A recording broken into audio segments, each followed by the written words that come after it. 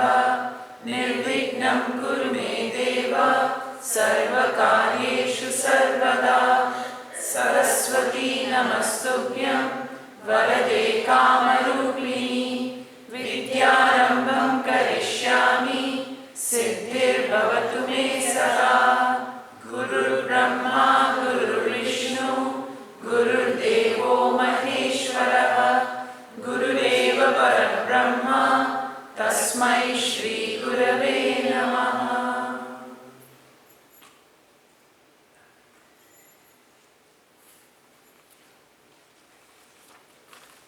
If you are having a bad day and you go to a restaurant or a coffee shop or to a gas station and the person attending to you is having a bad day also,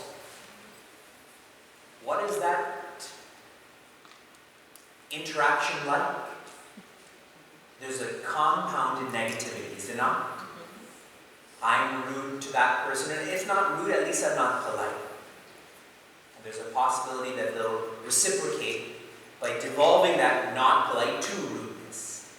Then I question that I'm paying for this, and it keeps on falling. Yes? If you're having a good day, no traffic, no rush in the morning, you went to the gym, and same scenario, that person attending on you is having a bad day. You are polite, they reciprocate with rudeness. There's a good chance in that scenario you'll ask them, how are you? What happened? And suppose they say, I got into a car accident this morning and I don't know how I'm going to pay for the repairs. Suppose they say they found out that their mother in Colombia is not feeling well. All of a sudden, your relationship with that person goes from judgment to understanding. That one detail, that they're having a bad day, the reason for that bad day, all of a sudden you're disarmed, correct? This is bhava. Bhava is when there's an understanding. And with this understanding, all changes then. The more societal word we use is intention. When you're intentional, all changes. When you're intentional with cooking, it becomes much more enjoyable. When you're intentional with typing, you're much more careful. This is our path. We're trying to become more intentional. We're trying to become more feeling oriented. Not towards puja only. We happen to be experimenting with puja, but this is to extend to any facet you choose, and finally, all facets. Any activity, all activities. We're experimenting with puja because it's structure. It's control. We're in this vicinity. Then when such a quote is shared by Swami Chinmaya, that spirituality is not a action. It is the vision behind all actions. Those who have lost their path, those who are not intentional, those who have no bhava, they feel spirituality is a action. But they don't know the spirit of that action, so it's actually simply a ritual where there's no change. But with this vision, all actions become spiritual. Bathing, laundry, fighting, forgiving, any verb you choose becomes meaningful, transformative. Many have asked in very secular ways, how do I find my path? Approaching this with a, tell me what to do. So for such personalities, I'll give you the first two steps on what to do. The third I will tell you tomorrow. The first is, revolve around those with purpose. If your life revolves around those with purpose, you will naturally imbibe the same. I gave you the example of the not intoxicated person in the intoxicated environment. They embody that, yes. Revolve around those with purpose, and you will start to find your path. A very overt expression of this is, if you exercise at a gym and you see other people working hard, you probably work hard too. Exercising at home is harder. There's a bed, there's the internet, there's a fridge. There's so many things that are not working hard, you feel, why should I work hard? Also, revolve around those with purpose. One of the greatest atrocities, one of the greatest misgivings that the youth of today have is a lack of enough role models. They have some, but they don't have enough role models. So they're really living on an ad hoc basis. They really are living according to social media. And I feel with all of us, I'm not so much older than the youth of today, but I had lots of role models. And I feel that's what kept me relatively stable and balanced, relatively. Revolve around those with purpose. Number 2, because you can't always be around those with purpose, right? Like this Navy retreat. Is to read about those with purpose. To read about them. Read the autobiographies of people like Mohandas Gandhi, who later became Bapu and then Mahatma. Nelson Mandela, Michelle Obama I shared about, and Devi Sharada. Read about those with purpose. They weren't born with purpose. They weren't born with a path. They figured this out. So if they could do it, I should try the same, right? So read it, revolve around those with purpose, read about those with purpose. If purpose comes in, so will the path. If purpose is not there, why would there be a path?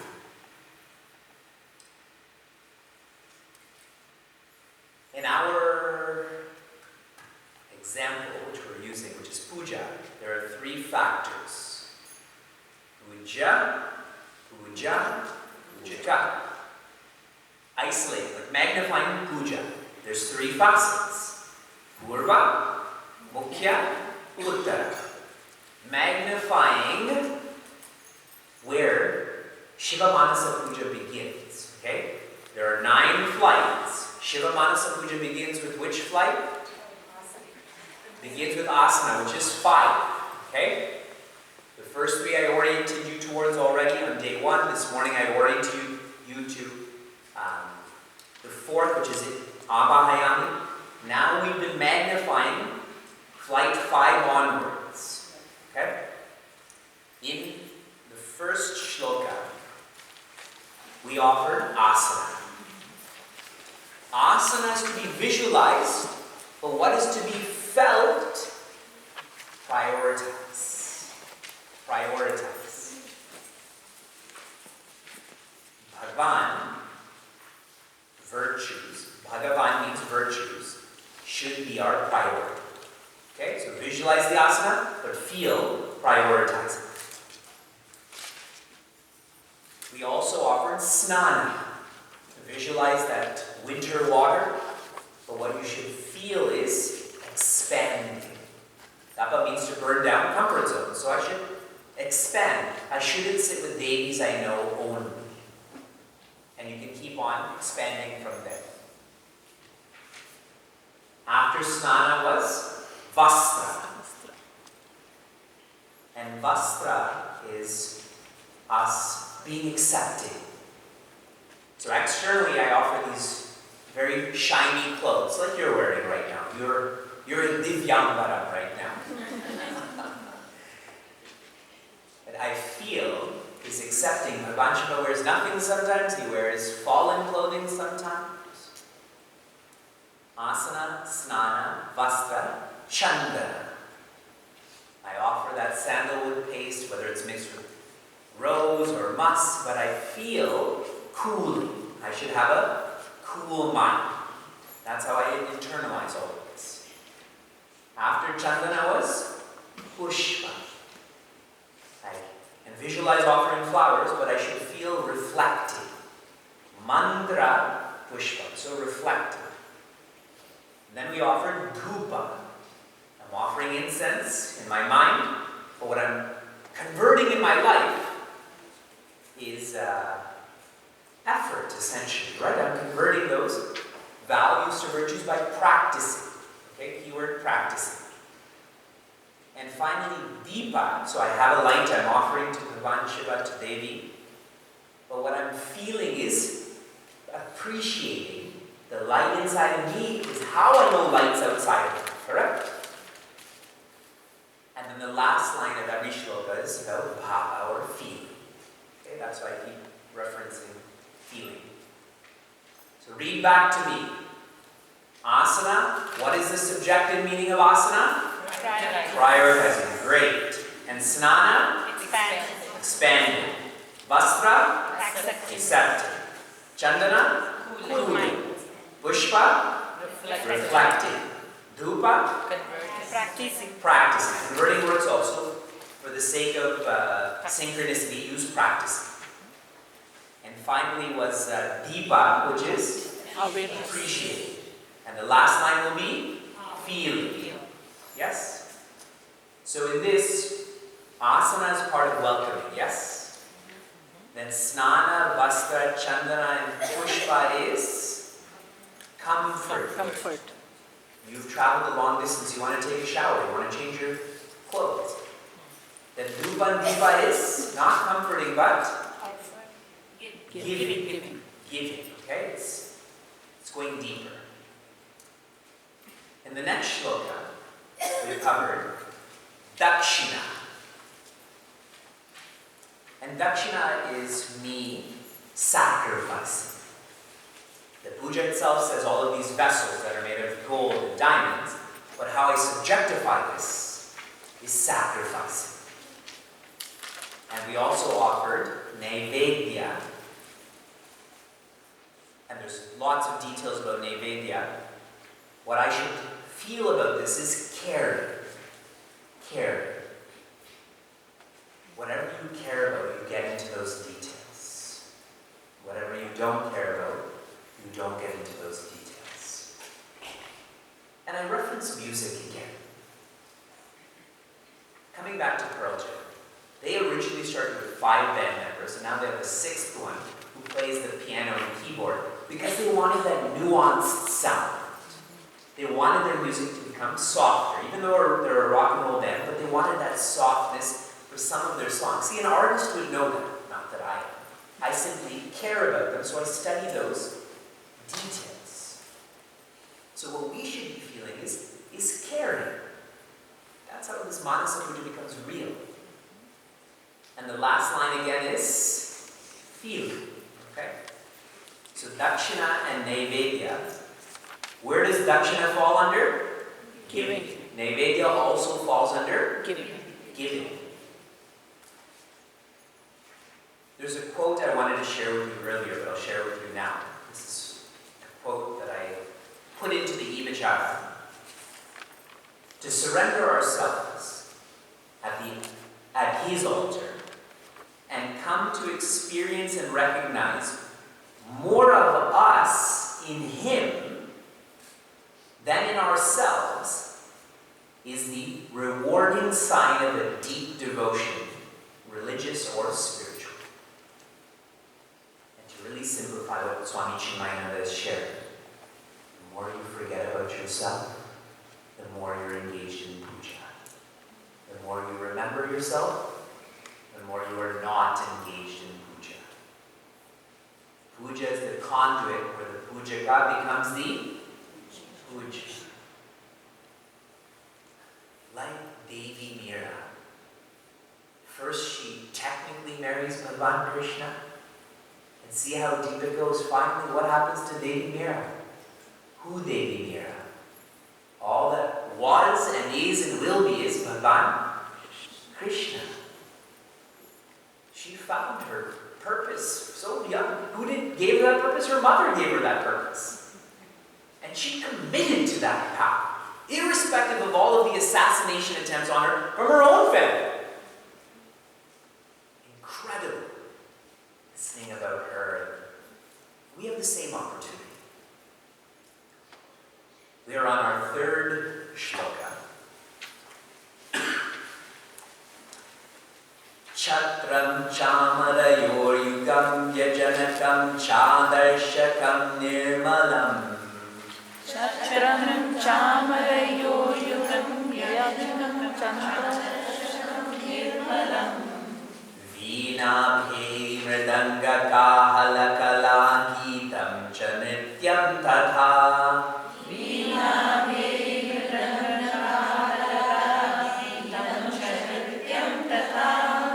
Shashtangam pranati stutir bahuvida hetat samastam maya. Shashtangam pranati stutir bahuvida hetat samastam saya. Sankalpena samarpitam tava vibho pujam grahana prabho. Sankalpena samarpitam tava vibho pujam grahana prabho. Did you know that these mantras and shlokas are to be chanted in one breath? This is not just an exercise in devotion, but also focus, and it's an aerobic exercise also. Let's just try, okay? So there's 2 lines here. I'm dividing it into quarters, but there's actually 2 lines. So when I say 1, 2, 3, we start chanting. So get ready, okay? This is like yesterday's game. So breathe in deeply. 1, 2, 3. Chatram chamarayor yugam vyajanakam chadarshakam nirmalam. Veena devi mridanga kahalakala geetam cha nityam tatha. This is the first line. Our rishis emphasize good health. And that's a misinterpretation of we Vedantins. I'm not the body, right? Until my back hurts. Okay, let's go backwards again. Grahana. Grahana means to hold. We had earlier studied that. Here, grahana means to accept. First I asked you to hold. Then I said, take what's yours. Please accept this. Right? If I say, hold my water bottle, but you have the intention of giving it back, yes? So here we say, accept. Accept what I earlier described. You are the Prabhu, and earlier on you'll see the word Vibho. So how come Prabhu was used earlier? And Vibhu sounds very similar. Prabhu here means creation of the world. Vibhu means the creation of me. In Skanda 3 of Bhagavatam, it's called Sarga. It is where Bhagavan Narayana creates Bhagavan Brahma and all of the elements. Skanda 4 is where Bhagavan Brahma uses the elements for further creation. So there's a macro creation and a micro creation. Skanda 4 is known as Visarga. So there's ordinary creation and there's special creation. So I'm just giving you these details, otherwise you think these are all redundant words, correct? Vab, Vibho, Prabhu, Guru, Sadguru, these are all redundant, but they're not. There's depth to each of these words. I am offering my puja. I'm offering my puja, obviously. And how am I offering my puja? Sankalpena samarpita. All that I'm offering is through sankalpa. Kalpa means thoughts. And the prefix SAM means well thought out. Sam means well. Like samskara as it. That means well acted. So sankalpa means I've thought about this well. I've reflected upon this. I'm tuned into these thoughts. See, there's a difference between thoughts and thinking. Thoughts are indeliberate. Thinking is deliberate. Thoughts are unconscious, thinking is conscious. So here, sankalpa means thinking. I'm directing my thoughts are not directing me. So I'm going to share this again. Grahana means to accept. You are Prabhu, you're the creator of the world. You are Vibhu, you're the creator of me. I am offering puja. And note, I keep using the word offer. What is the word we use? Do. I have to do puja now. I have to do japa. I have to do dakshina. You do things you don't want to do. You offer things you want to do. Correct? It's so different. Doing is throwing like that. Offering is underhand. Correct? There's such a gentleness. There's such intention with that. So what is it that I'm offering here? Chatra.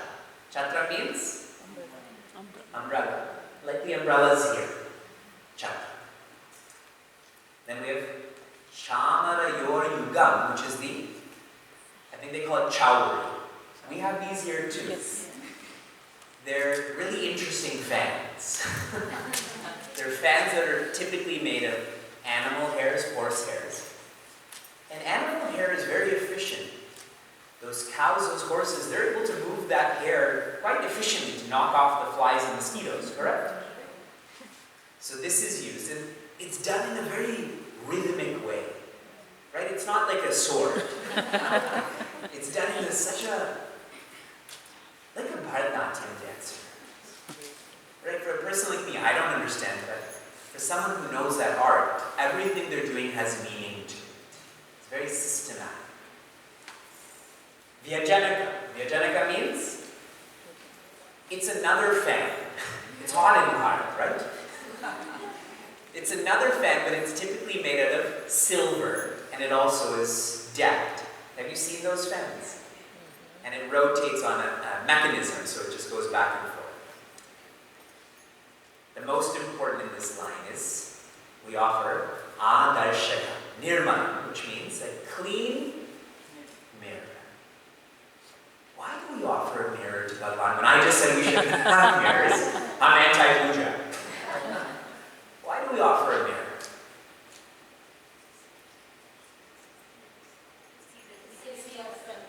Bhagavan doesn't see himself. We offer a mirror to show us that all there is Bhagavan. There is only Bhagavan, including you. So that mirror is not a reminder to him. We're not offering anything to him. These are all reminders to us. And that's why I said, stop looking at the mirror as yourself. You know, if you have a mirror, show Bhagavan that mirror. This whole first line is initiating us into upachara. This is called Raja Upachara. So I'm going to open up these words some. What does Raja mean? Or better yet, what comes to your mind when I say Raja? King. You're too much into dictionary definitions. It's not a grammar retreat. What comes to your mind more so? Royal. Regal. It's gone from dictionary to thesaurus. Raja means the one with the most responsibilities. The one with the most responsibilities. So really, we are all Rajas, correct? That's right. Second to your name is Rani. We take Rani in a very demeaning way, you know, look at that Rani over there. But really, I'm a Rani, right? We call little kids Raja. You're the Raja of my life. So we should feel like we're Ranis. We should demand. This is called Raja Upachara. Upachara, Achara means actions. Upachara means refined actions, elevated actions. That's why it's not just general fanning, it's with technique. You're offering a beautiful mirror. It's not just a rear view mirror. Okay? There's a refined offering there. And it doesn't stop there. Then Veena. Who holds a Veena? Who? Who? Goddess. Goddess Saraswati. She's not your friend. Right? I really feel that we take that so casually. Imagine you went and called your mother by her first name. Right? Suppose your mother's name is Rohini. Rohini, how are you? She would be heartbroken and angry at the same time. Right? That's your creator. Now this is her creator, correct? It is important to use words like Srimati, Devi, and so on. So it's Devi Saraswati. She's not my casual friend. A veena is different than a sitar. A veena is different than a sitar. What I've been told is that the most difficult instrument to play in the world is the veena. Most difficult is the veena. And us offering that shows that we've practiced. We've trained ourselves that you are the best, so I am giving my best. I'm not giving you the recorder, right? I'm offering veena. And I think that's one of the sayings with Gurudev, right? He gave his best, so unto him, our best. Veena. Bheri. Bheri is, you know, like in a marching band, they're the fast drummer. That's what a bheri is. It's a fast drum. It has a sharp sound. Then mridanga. Mridanga is played on the sides, okay? So you have a fast drum or a light drum. You have the side drum. And then you have kahala, which is the bass drum. In a band, you know, that's the one that's hit with your foot. It's got a very deep bass. And you watch jungle movies, you know, where people are marching. So that's that bass drum. So again, you're all thinking, who cares? Why are you telling us all of this? When is dinner? What's for dinner? I'm only trying to point out that imagine how much Acharya Shankara cares about Bhagwan Shiva. Cares so much not just to offer a YouTube video. It's visualizing a light drum, a side drum, a heavy drum. Care. I keep saying Bhava, right? This is all called Kala. Kala does mean sound. Kala also means art. What else is offered? Gita. Gita means singing. And with that singing comes Nritya, which means dancing. So Gita, Nritya. So this completes Upachara. We are offering all of these. It's not just thoughts and words, but I'm visualizing these actions. All of these are actions, correct? So much of Shiva Manasa Puja is what you love, you think about more. What you love, you speak about more. What you love, you act in that direction more, correct? Those you don't love, you hardly think about them. Those you don't love, you never speak about them. Those you don't love, you don't do anything for them. So more. And I'll highlight here, this is being offered to Bhagwan Shiva. What is Bhagwan Shiva's form that appreciates all of this upachara the most? Bhagwan Nataraja. Correct? Bhagwan Nataraja. When Bhagwan Vishnu is dissolving creation, element by element, what is Bhagwan Nataraja doing? Enjoying the show. It's described that his hair is like lightning. We see his matted locks, but in Bhagavatam, his hair is described as lightning. That's awesome! Right? You can get lost just thinking about that. And every time he moves his damaru, what happens? Sanskrit is developed, actually. From that, that's where all of the aksharas in Sanskrit have come from his damaru. He is known as the origin of all of the performing arts. Bhagwan Nataraja. And similarly is Bhagwan Krishna. You never see him without his flute, correct? Bhagwan Shiva is the Nritya. Bhagwan Krishna is the Gita. As in he's the singer. He likes the instruments, but Bhagwan Shiva is the dancer. And you do have to study Bhagavatam. I know many of you have. Bhagavan Krishna is dancing on Kalia. How many hoods does Kalia have? 5 hoods. And Bhagavan Krishna's feet are moving so fast, it's as if he's dancing on all of those hoods. And if you can visualize that he's just playing his flute, dancing up a storm, everyone is in awe of Bhagavan Krishna. They all thought he died. They're all in awe of Bhagavan Krishna. There's only love there. Like a sunrise, sunset. It reminds me of like Zakir Hussain. When you watch Zakir Hussain play the tabla, can you see his fingers? Sometimes he's playing like this, sometimes he's playing like this. I can't see his fingers, and you're just in awe.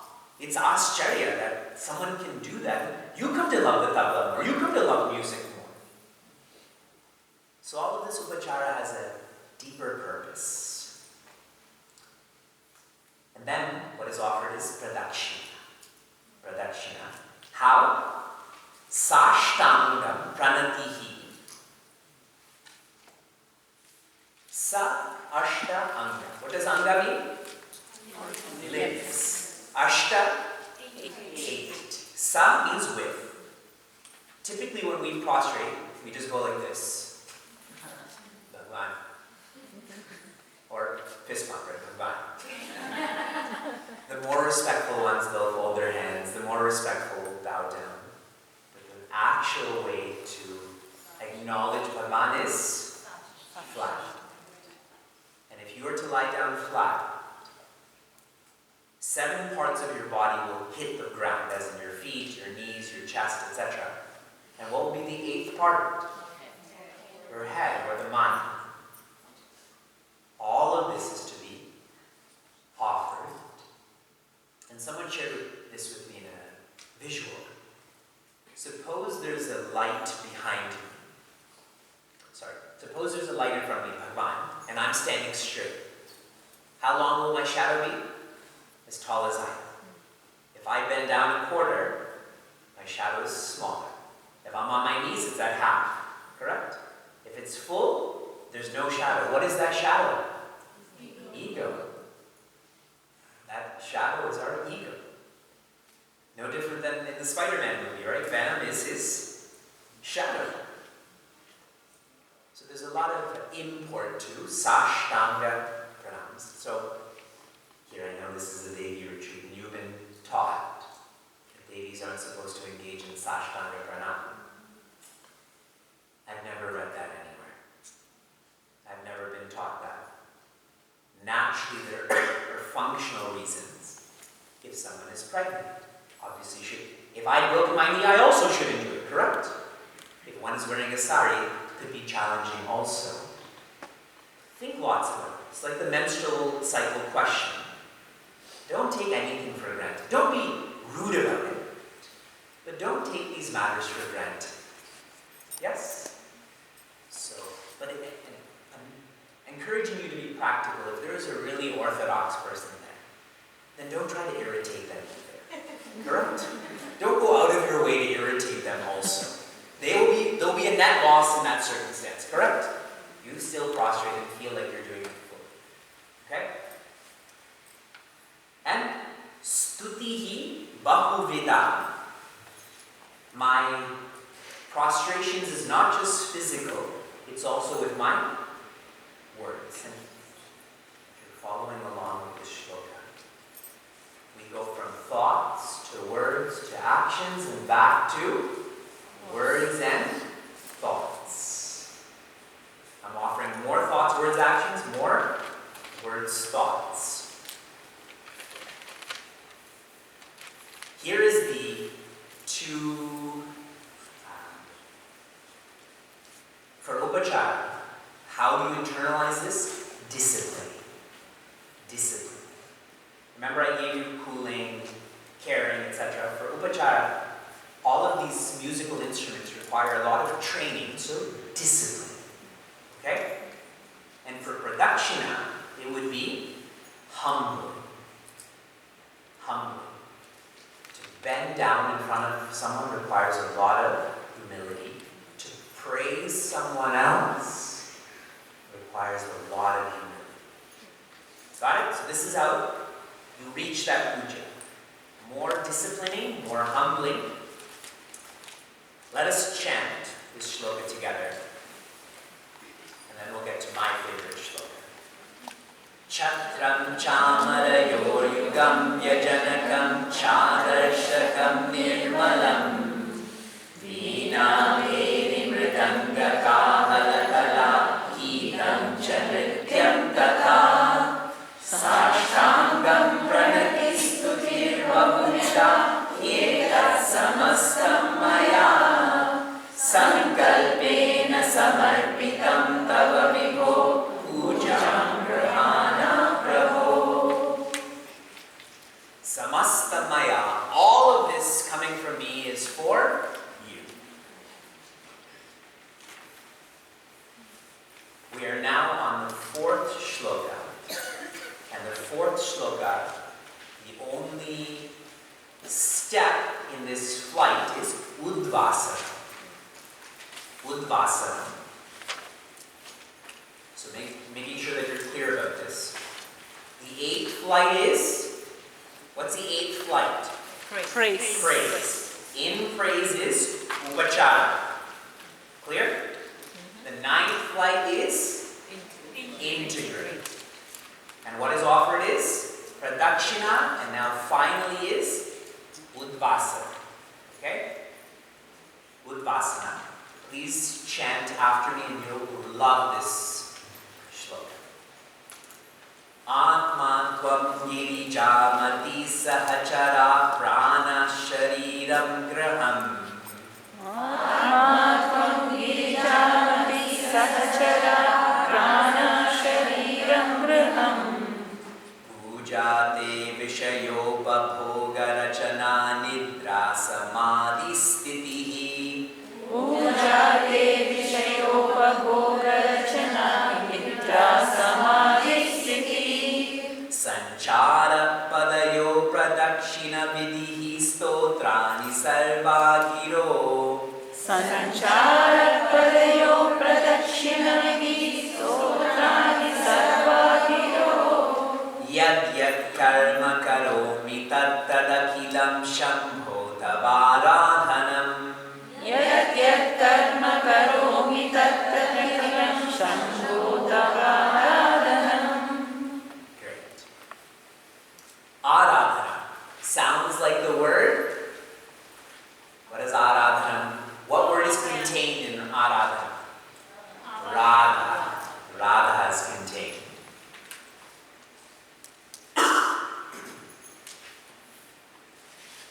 When Swami Tejumaya had come to Chinmaya Dhara in July of 2009. He came to our ashram and he shared, this ashram will be Chinmaya Dhara. It was the inauguration, he had given the name at that time. Chinmaya means knowledge and Dhara means flow. And it works well with Niagara Falls, correct? Where there's a flow of water. And he said this Chinmaya Dhara will turn people from Dhara, and if you reverse the letters, it becomes Radha. Dhara means extrovert, Radha means introvert. And specifically, that Bhagavati Radha is always looking at Bhagavan Krishna. She never leaves him. She gives him no personal space, no personal time. Aradhana means seeing. I'm seeing you. But I'm not seeing you with my eyes because my eyes are closed. So where am I seeing you in the fourth shloka? I'm seeing you in me. Aradhana. And that's why I feel Shambhu. Shambhu means the one who creates Sham. Sham means grace. So Shambhu is the one who's gracious. The one who's gracious. We feel gracious by feeling fortunate. And in a light way, you just feel lucky. Right? When you start to feel, I'm such a lucky person. My health is good, or I never have to worry about money. Whatever you feel lucky towards, that's Shambhu that's there. You're feeling that presence. Yad yad karma karomi tat tadakilam, which is similar to the previous shloka. All of my karma, any and all of my karma, this is for you. I see you, this is for you. What does this seeing look like? Okay, now there's a huge comparison given here. From outside to inside, from sight to vision. Tuan, with my eyes I see you, but what I feel is you are my Atma. First comparison. Sight is Shiva, vision is Atma. With my sight, I see Girija. Girija means Devi, Devi Parvati. With my sight, but with my vision, I feel she is my Matihi means mind. Mind. How many of you came to the Devi retreat last year? Okay, what did we study? Nirvana Shatka or Atma Shatka? Chant the last line for me. Chidananda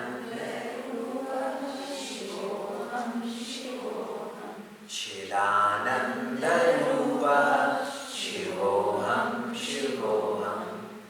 You recognize the word Chit. You recognize the word Ananda. What's missing? Sat. The word Shiva is Sat. So when I see Shiva, I should feel that as Atma. What is the nature of Atma? Sat. So now, what about Girija? I'm going to highlight more of this tomorrow. In Ramayana, before Bhagwan Rama is married, keep saying married, before Bhagwan Rama is born, who gets married? Mother Parvati and Bhagwan Shiva. Mother Parvati is the icon for Shraddha. And Bhagwan Shiva is the icon for Vishwas. Correct? We say Shraddha Vishvasa Rupino. You are the icons of faith and trust. When faith merges with trust, trust evolves to joy. Who's born then? Rama. But until there's faith becomes trust, and there can never be joy.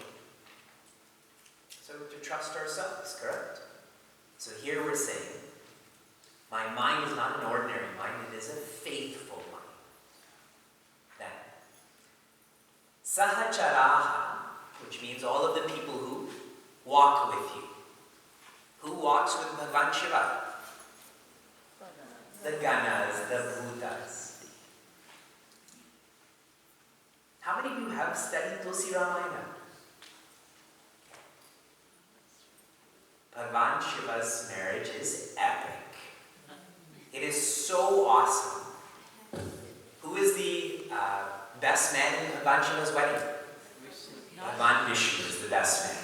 So he leads the Bharat. And Bhagwan Vishnu shows up first, right, at Mother Parvati's home. And she's so happy. If the best man looks like this, if the best man's wife is like this, right, baby, just imagine what my future son-in-law is going to be. But then she sees who's behind him. Some people look like fish, some people don't have a head, some people are holding a head. She faints. It's actually described that she starts crying and just faints. Faints then.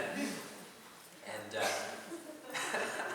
Mother Parvati and her husband and her dad have to help her. You know, wake up, this is my wedding.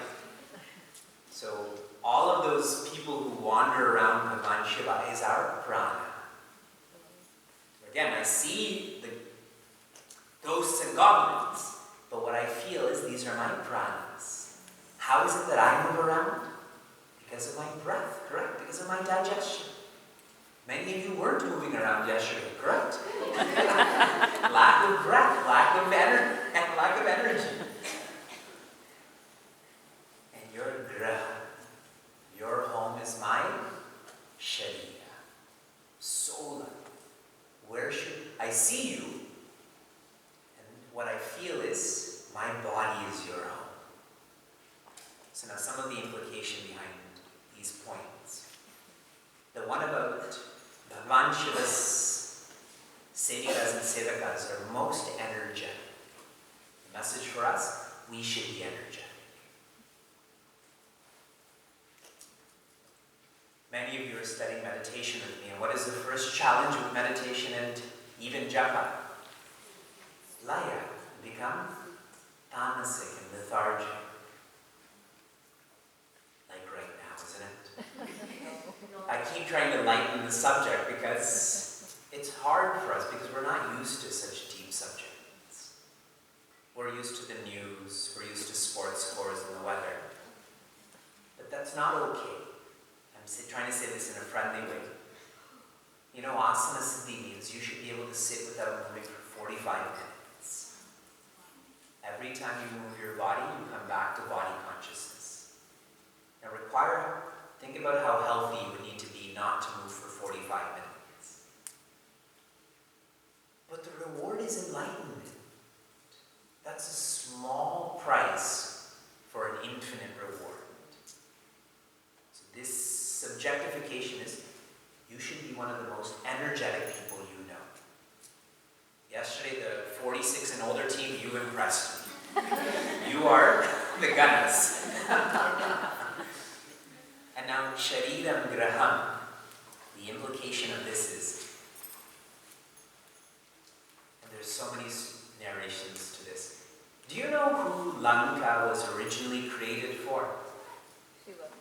It was originally created for Mother Parvati. Did you know that? Bhagwan Shiva had it created for Mother Parvati. And who became the pujari for that Graha Pravesha? Ravana. And when asked for dakshina, what did Ravana say? Now one Lanka. And there's two deep implications there. Number one is, you don't give dakshina by choice. You have to ask, what dakshina should I give? But we don't do that because we don't want to give that much, correct? True statement. Like Bhagavan Krishna, he said, what dakshina can I give you? And he never ran away. I'll find your son. He went and brought back Rishi Sandipani's son. Whatever it takes, I will give it. Ravana the same. But now the other implication is, Bhagavan Shiva told Mother Parvati, you have all that you need in Kailasha. But for a moment, she got swayed by Mother Lakshmi and Mother Saraswati. Mother Lakshmi, she lives in Beverly Hills. Mother Saraswati lives in a new home every day. Her husband is the creator. It is only Mother Parvati who lives in such a minimalistic way. So her mind got swayed. And Bhagavan Shiva said, we're happy. She didn't want Lanka. She felt like she wanted Lanka. And that's why it never came to her, correct? Really, symbolically then, Mother Sita never stopped looking at the footprints of Bhagavan Rama. Bhagavan Rama meaning joy.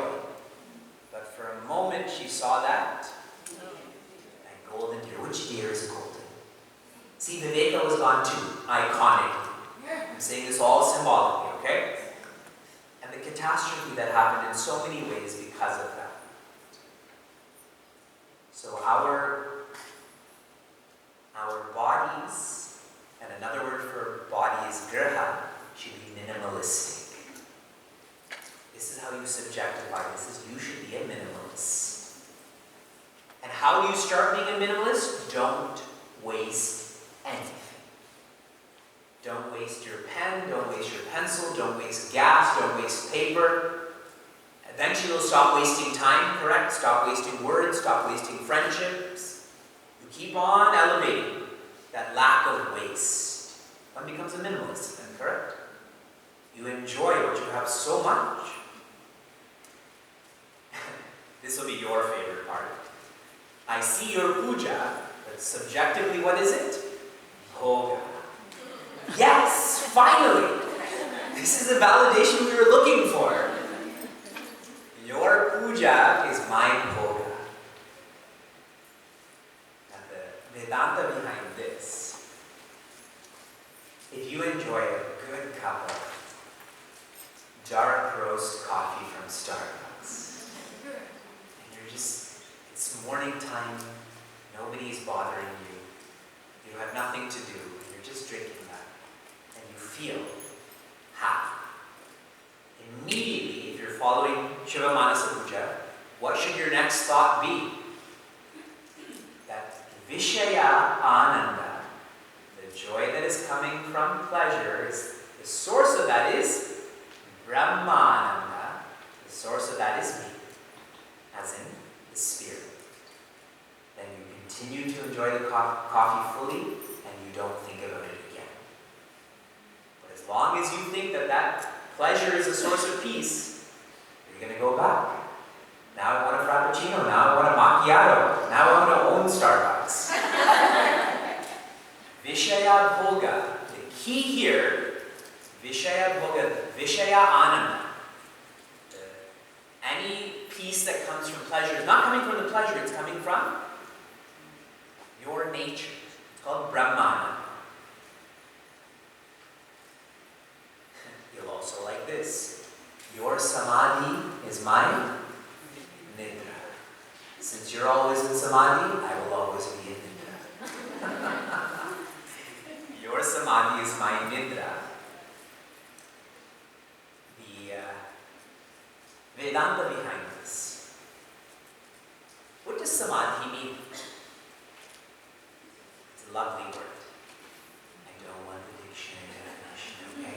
I'm telling you in advance. Sam, di. Well and fully placed is what the meaning of samadhi is.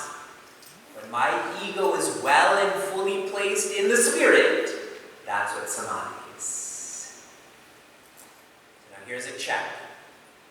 What is the first sign of ego? I shared this yesterday when it came to bandhana, or 2 days ago. Remember I gave you 5 S's. What was S number 1? Separation. Very good. What comes next? Smallness. Then sadness. Then stress. And finally stuck. We don't remember any of the puja, but we got those 5 S's. Separation. But if you're in samadhi, what is there? Oneness. Now let's fast forward to when you're asleep. When you're asleep, is there separation? When you're asleep, do you know if you're a Devi or a Deva? No. When you're asleep, do you know what year it is? No. In sleep, there is Advaita. There is oneness. So the message is, live in samadhi, not in sleep. Sleep will end. Samadhi doesn't have to end. Sancharaha padayoho pradakshina. Your pradakshina, I see it with my eyes, pradakshina, is my sancharaha. Sancharaha literally means wandering around or walking. So with sight I see pradakshina, but I should feel like all of the walking I'm doing, I'm walking around you. Bhagwan Kartikeya, where did he go? Around the world. Where did Bhagwan Ganesha go? Around his parents. We should feel that all of our walking is production. Fitbit helps. Look how much production I did today. And finally, stotrani sarva giraha. Your stotra, your praise or your eulogy is all of my gira. Gira means speech. In other words, all that I say, I should feel like I am describing you. And that's the truth, isn't it? The Creator is creation, so even when I speak about that blue chair, really what am I describing? The Creator. I had read somewhere, when you love someone, that is attachment. When you love everyone, that is detachment. Right? If I don't see Bhagwan in all of you, then I only love you and you and you. But if I see Devi in all of you, then who am I to be attached to? Where's the likes or favoritism? Isn't it? I can keep on going with all of this, but I should stop. In this Udvasana, so I'll share a big picture and then we'll chant the shloka. Show me invite. Show me with your actions, invite. Show me. Correct. Invite is, you're in my heart, I've forgotten that, I'm bringing you to an icon so I remember. If I've completed my puja, you have to come back to my heart, isn't it? Udvasana is bringing Bhagavan back into you, and that's what this whole shloka is describing. My eyes may see you, but I feel you as me. My eyes may see Kailasha, but I feel it as my body. So you're bringing that presence back. And once that presence is in you, you can no longer take that presence for granted. It's almost like an ultimatum, correct? The physician says, if you don't lose this amount of weight, or if you don't stop eating the sugar, let's take diabetes. You will have diabetes if you don't control your sugar intake. In that ultimatum, you never take it for granted afterwards then. Right? I'm going to be disciplined with what I eat and drink. Let's chant, and I'll share a wrapping up thought. Atma tvam girijamati sahachara prana shariram graham pujate vishayopaboga rachana nidra samadhi sthiti sanchara padayo pradakshina vidhi stotrani sarva giro yad yad karma karomi tattadahinam shambho tavaradhanam.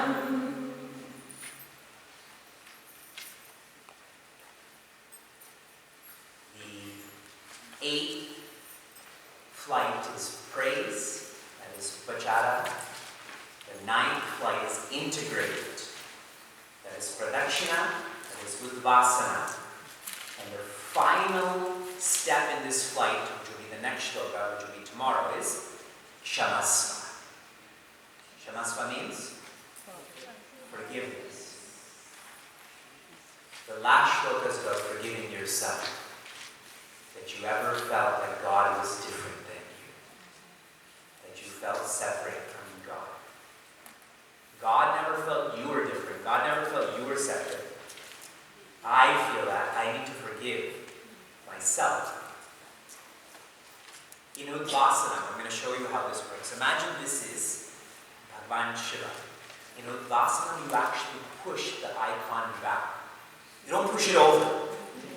Gently with both hands, you push the icon back. And the mantra that's chanted is Yathasthanam Punaragamanaya Cha. In other words, I'm grateful for your graciousness. Come again and again and again. All of our babies, we will be celebrating Deepavali very shortly. And what will you put outside of your door? Rangoli and Deepas and people tend to put Devi Lakshmi's feet. Yes, you draw her feet. I see. People draw Devi Lakshmi's feet coming into their home. How come her feet are not leaving? All of a sudden, you become the creator of the goddess. What our Upacharya, we have two teachers, Guruji and his name is now Swami Shardananda. He shared that when you draw Devi's feet coming into your home, you also have to draw Devi's feet leaving your home. That's the correct relationship where you feel grateful and you want to share that graciousness. If you don't draw her feet, if you don't share that graciousness, she will take more than what she came with. She will break down that door and take more. Shiva Manasa Puja is the perfect text for following your path to make all we do more meaningful. One more shloka tomorrow, and I'll share with you one more Dhyanam shloka too.